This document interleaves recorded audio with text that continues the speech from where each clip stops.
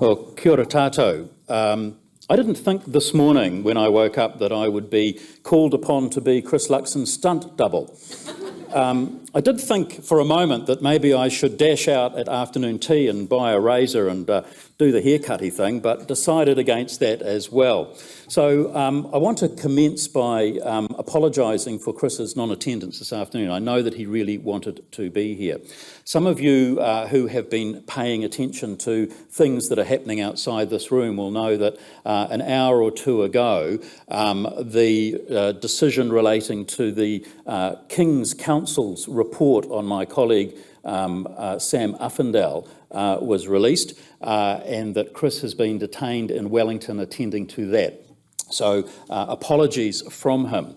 And before I go into going through some notes that he was going to give to you, I just want to make a couple of things clear from a sort of a political party point of view. And I want to commence by acknowledging my parliamentary colleagues in the room, Climate Minister James Shaw and Rachel Brooking, who I know is here, and thanking them both for being here. Earlier this morning, James was quick to point out that there is a party in Parliament that wants to go back to the beginning, to actually get rid of our zero carbon legislation and throw it all out. And for the avoidance of all doubt, I want to make it very clear it's not national, just so you know.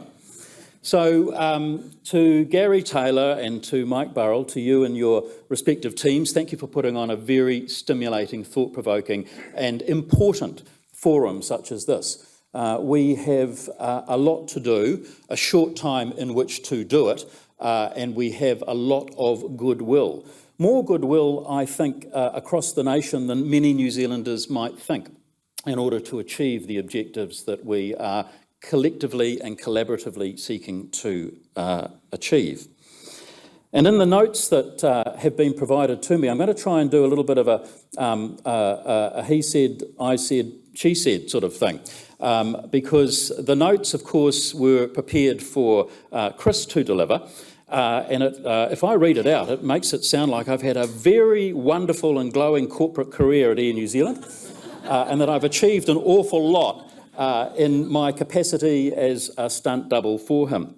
So one of the things that I know that Christopher Luxon thinks and cares passionately about is our country.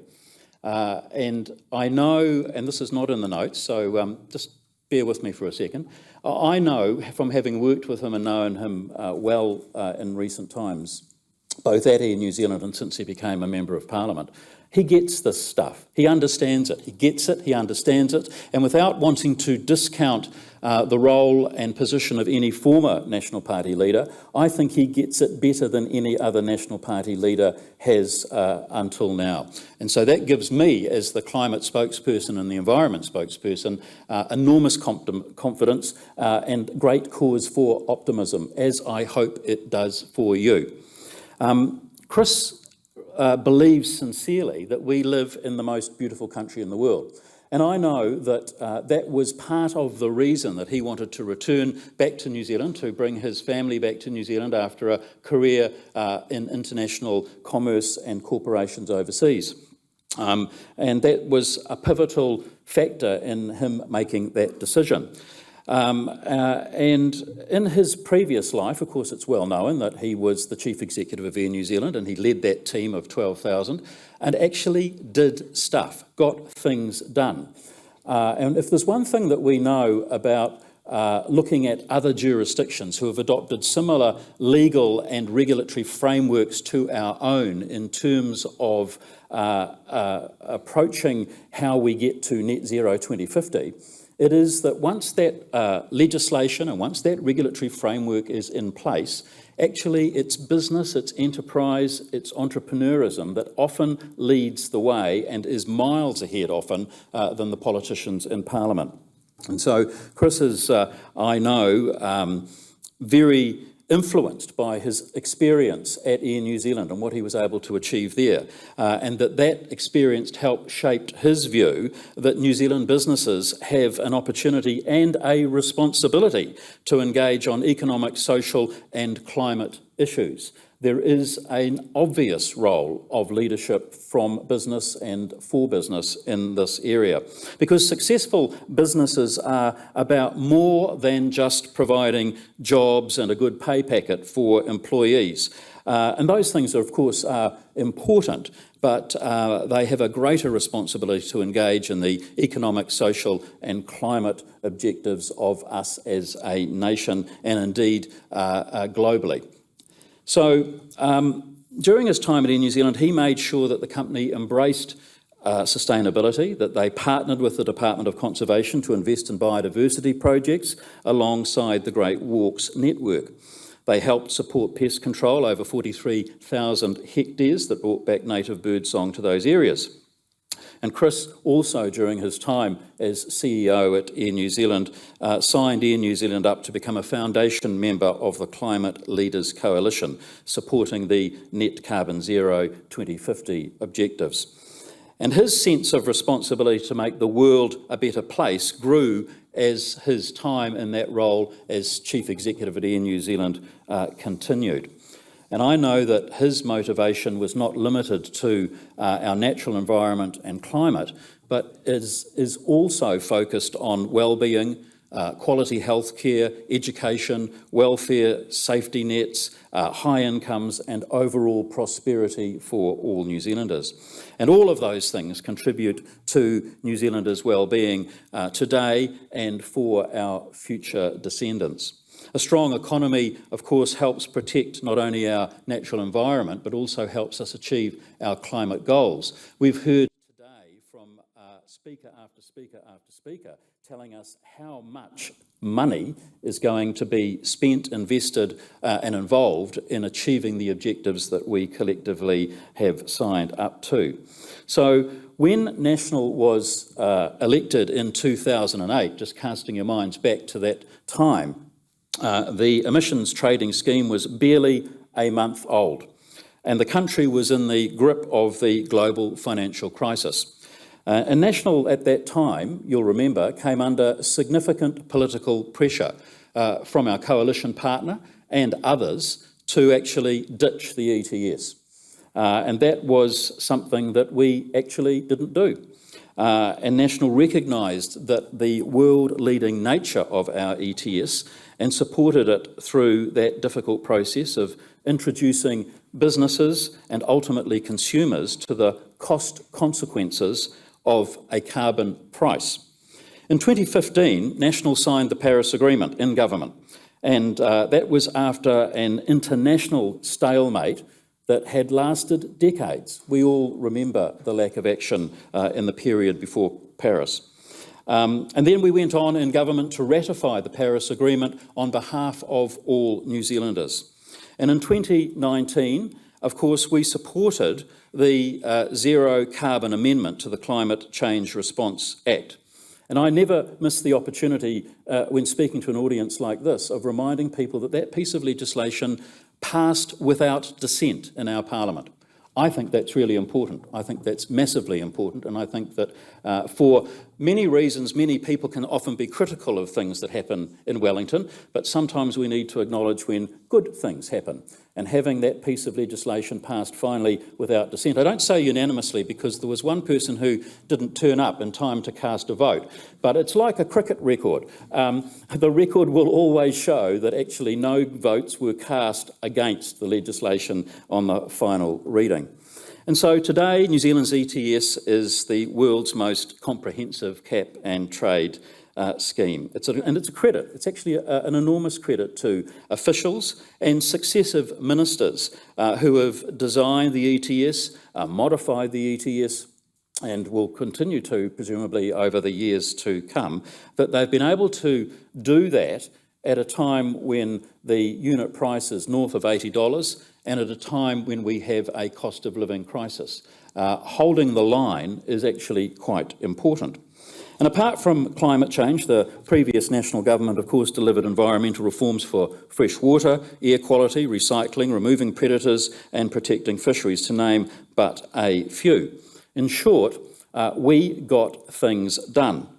And Chris, I know, has never bought into the idea that just because we are a small country, that what happens here doesn't matter internationally. It does.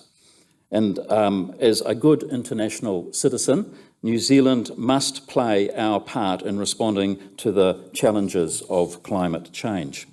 And so New Zealand's opportunity for international leadership is not in terms of cutting world-sized emissions and carbon reductions, where our economy is not big enough to be a world leader in terms of the size and the quantum of our emissions reduction. But where we have an opportunity to really world lead is in policy, is actually in showing other countries that a nation like ours at the bottom of the South Pacific can and does, with good policy, that has bipartisan approval in our parliament.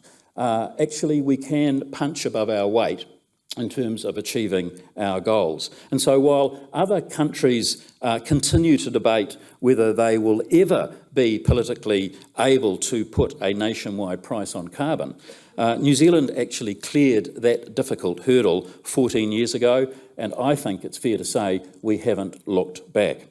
So while the country has made progress on climate change and other environmental matters, it's clear that many challenges lie ahead of us still.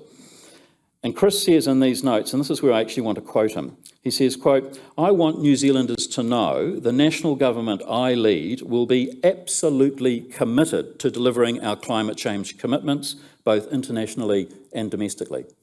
End of quote. And so why is that important?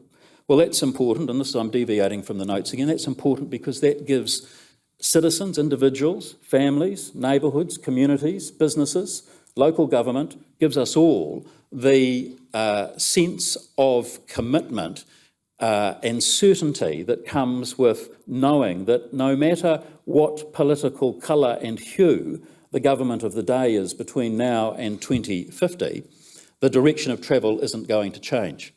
And I think, as climate spokesperson, that is enormously important, to have that certainty, to give business in particular the confidence to make the investment decisions that they will need to make to do the transitional changes that we've heard so much about today, to give them the confidence to make those big investments, knowing that the policy direction isn't going to change.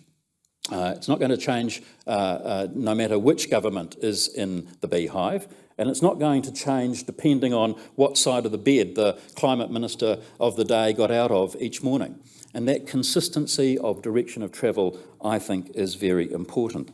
And so while we in National share the government's emissions budgets, those were announced back in May, we've supported those.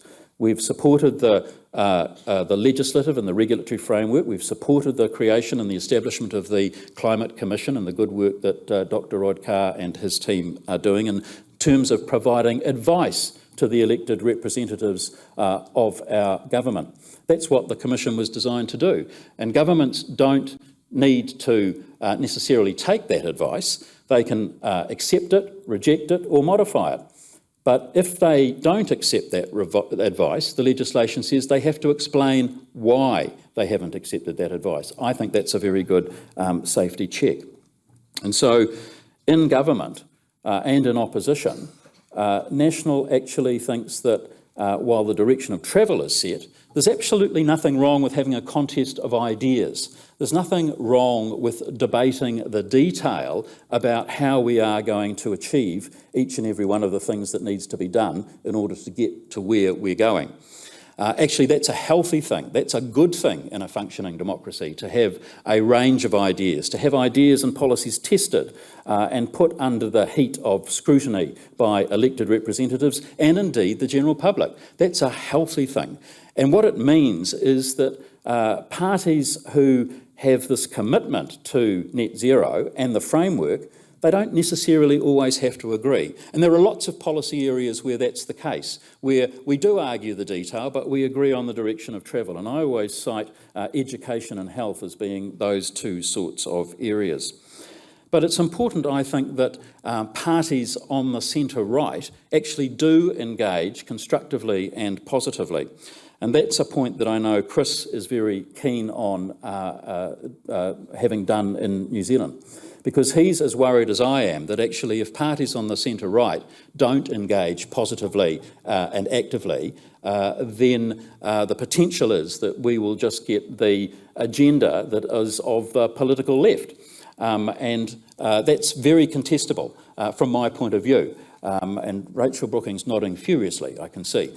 But actually, I think, as I say, I think that's a healthy thing, and I know that Christopher Luxon thinks that's a healthy thing as well. And just because we might disagree on some of the detail with the current government doesn't mean that we're opposed to the whole kit and caboodle. And I think New Zealanders will be reassured by that, because those are contestable issues that I think should be done. And if you look at the UK, for instance, in the UK, it's not the political left that has the dominance in terms of environmental and climate policy. It's actually the Tories.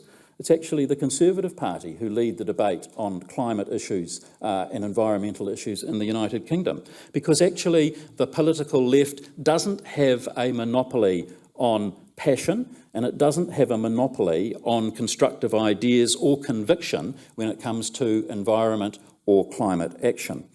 And so centre-right political parties around the world, I think, and Chris Luxon thinks, must be willing to engage seriously on climate matters. And if we don't, then we leave the whole country vulnerable to the risk of introducing what we might see as misguided or wasteful policies. And you only have to look overseas to see what's happening in Europe at the moment.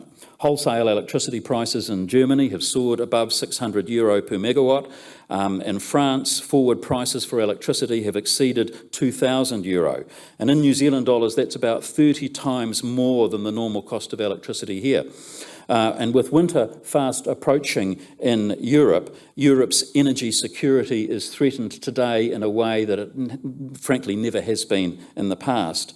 And of course, the immediate cause, we all know, is the invasion of Ukraine and the cuts to the gas supply from Russia, which is weaponising energy supply. But the deeper problem, however, is with the policy settings that put Europe and the UK in a tenuous position in the first place. And predictably, sadly, Europe's response to skyrocketing energy prices has been to put environmental and, in some cases, climate policies literally on the back burner. Now the overwhelming priority for them is energy security, and the policy dynamic and the political dynamic has changed. And Germany, for instance, has postponed closure of the last 3 nuclear power plants, and in July, France said it would nationalise the EDF, which is France's and actually the world's largest electricity generator. And all of this serves really just to remind us that we can only save the environment and we can only achieve our climate objectives, frankly, if the lights stay on. Because public sentiment and public mood changes dramatically when lights go off. The best protection, Chris thinks, and I think as well, for our cherished natural environment and the objectives we want to achieve in terms of climate goals to 2050 and beyond, is actually to have a strong economy. And policies that ignore the laws of physics and economics and undermine energy security cannot deliver our ambitious climate targets. And New Zealand is not suffering, of course, an energy crisis like that in Europe, but we're not immune. While electricity prices for residential and commercial users have been steady recently, industrial users here in New Zealand are paying 63% more for their electricity than they paid in 2017. And last year, we had a dry year. And we had disrupted gas supplies, and that meant New Zealand's imported coal was at record levels, 1.8 million tonnes. And that only highlights for us in the National Party the nature of decisions that are sometimes made ostensibly for good intention, ostensibly, but have a negative impact. And one of those, we think, is the ban on offshore oil and gas exploration. So while last year's record coal imports were not the direct result of that 2018 decision, if gas supplies in New Zealand continue to dwindle, then coal imports look set to continue to increase. And there are other concerning signs. After the most significant blackout in decades in August of last year, this winter, Transpower has been issuing notices of potential generation shortfalls with disturbing frequency. Now, New Zealanders don't have to choose between prosperity and our climate or environmental objectives. Indeed, they should not, because if voters and governments are forced to choose between environment and climate or energy security, then the political reality is that the climate initiatives and the environment will come second every time. And so the pathway to delivering and maintaining net zero and other commitments must be never to actually force New Zealanders to choose between the economy or the environment or our climate objectives. Policy makers must start with the understanding that voters will not allow their governments to pursue policies at the expense of economic and energy security. Sometimes it helps to start from the end point if you want to get the end point you want to get to and work backwards. New Zealand's climate goals are sufficiently ambitious that we can say something about the nature of any solution. And as you all know, the commitment is not just to reach net zero in 2050, but to stay there. And in many respects, 2050 is not the finish point. In many respects, what leads up to 2050 is really just the precursor to the start of the real game. And it's what happens 2050 and beyond that is going to be as significant or more so. So what's needed is an absolutely enduring framework. The government strategy, this government strategy combines a carbon price, which is good, with a series of ever deeper interventions into how businesses operate and how Kiwis live their lives. And we think that's potentially not good. So this ad hoc approach will almost certainly fail for two reasons. First, because voters don't like being told what to do, and governments cannot try to cajole and moralise their way to net zero, or long before 2050, New Zealanders will simply have stopped listening. And I recall back, as does Christopher Luxon, in 2008, when Helen Clark, with the best intentions, she was absolutely politically tripped up by charges of nanny statism over a compulsory shift to low-flow shower heads and low-energy light bulbs. Now, in some sense, she was ahead of the technology, but she was certainly at that time ahead of public sentiment, and the backlash ensued. And so it was too far and it was too soon. And it was a reminder that politicians, that governments must bring voters with them for any action of a political nature to endure. And that's actually what we all want. We need enduring policy that is going to take people with us rather than pitch one section of our community or one part of our economy against another part. And so we need investment. If New Zealand is going to lower emissions, if it's going to change energy generation, transport, production and consumption, then we will need investment and lots of it. And we've seen and heard a lot about that today. And the problem with interventions like the oil and gas ban is that they disturb investment incentives, including in green energy. And if there's one thing I know, and Christopher Luxon also knows because we both come from corporate backgrounds, is that above all, business craves and needs certainty. Most of all, they want to know that there won't be radical shifts in policy every time a government changes. The confidence that is a prerequisite for investment includes the use of technology and low emissions inventiveness, some of which has yet to be created or invented. And I sit, as Christopher Luxon does, on the optimistic side of the scale. And sometimes I think it's important that we remember that it's net zero 2050, not net zero 2023. We have got 28 years, and some of the tools, some of the inventions, some of the systems have yet to be invented. Now, I know that there are some people who don't take that optimistic view. I do, because if we don't take an optimistic view, well, we might as well give up now. But I simply would point out to the people who aren't so sure about that, I'm old enough to think back to a time before smartphones, before the internet. And so there has been so much invention and creativity that I sit firmly on the optimistic end of the scale. So New Zealand needs to bend the curve on net emissions this decade to put us on our track to 2050. And that's what Christopher Luxon and National will do if we have the privilege of being elected to government next year. And New Zealand faces a clear dilemma. We've made commitments to hard emissions targets, but the toolkit still looks uncertain. And nobody can be sure, for instance, how many tonnes of greenhouse gases an $80 plus ETS will reduce or remove. And we don't know, for instance, how many people will take up initiatives to buy EVs. We don't know what technologies will emerge in the next 5 years, let alone the next 3 decades. But what is best in terms of a response to this combination of certain targets and uncertain tools is that we keep every option open and on the table, and to create more options by investing significantly in research and development and by putting practical policies in place. And the Climate Change Response Act gives us essentially 3 pathways to lower net emissions. One, to reduce gross emissions. Number 2, to have domestic removals, and thirdly, provided they are robust, offshore mitigation. And so we think in the National Party that we need to be prepared to consider every option. And Chris goes on to say, let me be clear, National will take a responsible approach to emissions reduction.